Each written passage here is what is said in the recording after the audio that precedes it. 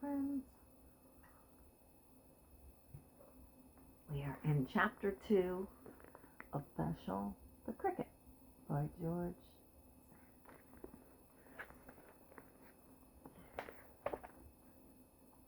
The twins grew rapidly and without experiencing more illness than falls to the lot of all children. They were even gifted with such sweet and gentle dispositions that they might be said to suffer less with their teeth and the maladies incidental to childhood than the rest of the little world. They were fine, fair children with large blue eyes, broad shoulders, straight, well-poised figures, possessing greater strength than others of their age, so that passers-by would stop to look at them, exclaiming, "They are indeed a couple of handsome lads." Thus, accustomed from an early age to be noticed and questioned, the twins escaped the stupid bashfulness of adolescence, and were at their ease with everyone. Instead of hiding themselves among the bushes like other children of these parts, they would meet a stranger frankly but modestly, and would reply to all that was asked without hanging their heads or waiting to be entreated. At the first glance there was no perceptible difference between them. They were as like as two eggs, but a quarter of an hour's observation would show that Landry was a trifle the taller and stronger, that his hair was somewhat thicker, his nose larger, and his eyes more brilliant. He had also a broader forehead and a more decided air, and a mark which his brother had on the right cheek was more plainly visible on his left. Their immediate neighbors could therefore distinguish them well, though it took even them a second to decide. But after dark, or at least a little distance, all were liable to be mistaken, inasmuch as the voices of the twins were alike, and knowing that they might be mistaken for one another, they were accustomed to answer at random, without giving themselves the trouble to point out a mistake. Even Farmer Barbeau himself was sometimes at a loss. Thus, as La Saguette had predicted, it was the mother only who was never mistaken, whether at night or at such a distance that she could but just see or hear them speak. In short, one was the counterpart of the other, and if Landry were a trifle more courageous and gay, Sylvanette was so affectionate and intelligent that it was impossible to love him less. For 3 months both father and mother had seriously entertained the idea of preventing the twins from forming too strong an attachment. And 3 months is a long time for country people to observe anything contrary to custom. Then, on the one side, they did not see that any great effect was produced, and on the other, Madame le Curé had said that, Monsieur le Curé had said that La Saguette was a gossip, and that what God had ordained in the laws of nature could not be set aside by man, till by degrees the worthy pair forgot all they had promised to perform. Thus, when frocks were exchanged for breeches on the occasion of their first Mass, not only did a petticoat of the mother serve for the 2 garments, but the fashion was exactly the same, the tailor of the parish not being skilled as any other. Not being skilled in any other. As the twins grew up, a similarity of taste and color manifested itself, and when their Aunt Rosette wished to present them with a cravat for a New Year's present, they both chose the same lilac neckerchief from the stores of the peddler, who trafficked his merchandise from door to door on the back of a horse. Their aunt inquired if this choice arose from any fancy of being always dressed alike, to which Sylvanette replied that it was the prettiest cravat both in color and design, and Landry immediately assured her that all the rest were villainous. "And the color of my horse?" said the peddler, smiling. "What do you think of that?" "It's very ugly," said Landry. "It's like an old magpie." "It is ugly indeed," reiterated Sylvanette, "and is exactly like a magpie with faded plumage." "You perceive," said the peddler to the aunt with a shrewd look, "these children see with the same eyes.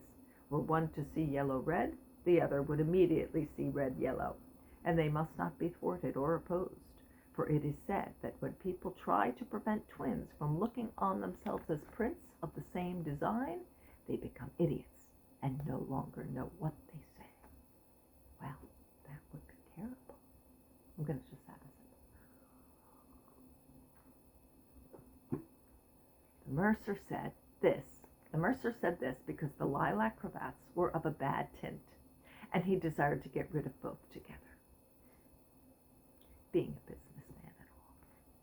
Thenceforth, everything went on in the same way, and the twins were dressed so exactly alike that they were oftener than ever mistaken for each other, either from childish mischief or by reason of that law of nature which the priest believed it impossible to set aside. When one broke the toe of his sabot, the other would immediately chip his on the same foot, and when one tore his jacket or cap, the other, without loss of time, would imitate the rent so well that it would be supposed the same accident had befallen both. And then my twins, when asked how the misfortune had happened, would laugh or put on an air of stupid surprise and innocence. For good or ill, this friendship grew with their growth, till the day arrived when these twins declared that they could not play with other children if either were absent. And the farmer, trying on a certain occasion to keep one with him while the other remained with the mother, both became so sad, so pale and listless, that it was feared they would be ill. And when at length the evening arrived, and with it their reunion, they rambled away hand in hand, refusing to return home. So glad were they to be together once more, and so vexed that their parents had caused them this sorrow. They were never again subjected to this trial, for it must be confessed that father and mother, uncles and aunts, brothers and sisters, all entertained for the twins an affection amounting almost to weakness. They were proud of them, not only for the compliments they were constantly receiving on their account, but because they were in themselves a pair of handsome, well-disposed boys.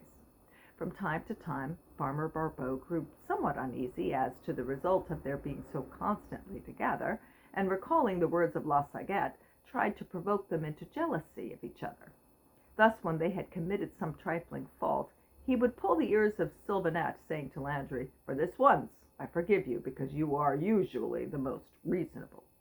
But it consoled Sylvanette for the tingling of his own ears to see that his brother was spared, while Landry wept as though he had received the correction. At other times, Farmer Barbeau would give to one only what both greatly desired, but if it were something to eat, they immediately shared it between them, or if it were a plaything, they would use it in common, or give and retake it without distinction of meum and teum. If one were praised at the expense of the other, that other was proud and happy to see his twin encouraged and caressed, and would praise and caress him also. In short, it was labor thrown away to try and divide them in mind or body, and as it is not pleasant to oppose those whom we love, matters were soon allowed to take their course. The boys were full of mischief, and that they might be left in peace would sometimes pretend to quarrel and dispute, but if any idler evinced surprise, they would run away and conceal themselves to laugh at his expense, and would be heard chattering and singing together like a couple of blackbirds among the bushes. Sounds like boys. Notwithstanding the strong resemblance and the great attachment which existed between them, God, who makes no two things absolutely alike, either in heaven or earth, decreed that their fates should be very different, proving in their opposite organizations that they were two distinct creatures in the idea of the Almighty. The proof of all things lies in trial, and in this instance, the trial took place subsequent to the first communion of the twins. Farmer Barbeau's family, thanks to his two elder daughters, was constantly on the increase. His eldest son, Sylvain, a fine young fellow, was at service. His sons-in-law were industrious, but work was not always to be found. A succession of bad years, caused equally by the inclemency of the seasons and commercial pressure, had taken more crowns from the pockets of the farmers than had been put into them, so that Farmer Barbeau, not being rich enough to keep all his family with him, was obliged to think of sending his twins from home. Farmer Caillot de la Priche offered to take one as herdsman, as he had a large farm to cultivate, and his own boys were either too old or too young for such work. Mother Barbeau, when her husband first broke the subject, was greatly alarmed and grieved. To all appearance, such a thought had never entered her head. They were never going to leave. Though in reality it had haunted her from the hour of their birth. But as in all things she was accustomed to yield to her husband, she knew not what to urge against the proposal. Barbeau himself was considerably perplexed and gently prepared the way with his twins. At first they wept bitterly, and passed 3 whole days wandering about the woods and meadows, returning only to their meals. Not a word did they say to their parents, and when asked if they had determined upon submitting to necessity, instead of replying, held fresh converse together. The first day they could do nothing but lament, clasping each other by the arm as though they feared to be separated by force. But Farmer Barbeau knew better than to resort to such means. He was strong in the wisdom of the peasant, which consists half in patience and half in reliance on the effect of time. That is wisdom. Thus on the morrow, finding they were not interfered with, and that their parents relied on their good sense, the twins grew more amenable to the paternal will than the severest measures could have rendered them. "We shall be obliged to yield," said Landry. "It remains, then, to decide which of us shall go, for they have left the choice to ourselves, and Farmer Caillot says he cannot take both." "What does it matter to me whether I go or remain?" returned Sylvanette, "since we are forced to part. I do not care for being elsewhere. If we could only be together, I should soon get reconciled to another home." "That may be," said Landry, "yet the one who remains here will suffer less than he who has to leave brother, father, mother, garden, cattle, everything in which he has been accustomed to take pleasure." Landry said this in a firm tone. Oh, well, I didn't really say it in a firm tone. But Sylvanette began weeping afresh, for he wanted the resolution of his brother, and the bare idea of losing all at the same time caused him such exquisite pain that he could no longer restrain his tears. Landry wept also, but less vehemently, and from a different cause. He had resolved to take the heaviest sorrow upon himself, and only desired to see how much his brother could bear, that he might spare him the rest. He knew well that Sylvanette was more alarmed than himself at the thought of going to a strange place and living with any other family than his own. "Come, brother," said he, "if we can but determine to part, it is better that I should go. I am somewhat the stronger, and when we are ill, which is usually together, the fever runs higher with you than with me. They say we may perhaps die if we are parted. I do not think I shall, but I would not answer for you, and this is why I would rather you should remain with our mother, who will know how to comfort and console you. Moreover, if there be any difference between us, I think you are the favorite, and I know you are the most delicate and sensitive. Do you, then, remain, and let me go. We shall not be far from each other. The grounds of Farmer Caillot join ours, and we can meet every day. I like work, and it will serve to amuse me. Then I run faster than you, and can join you all the more quickly as soon as I have finished my day's labor. Indeed, I shall be far happier than if you were away and I at home. So stay, I entreat you."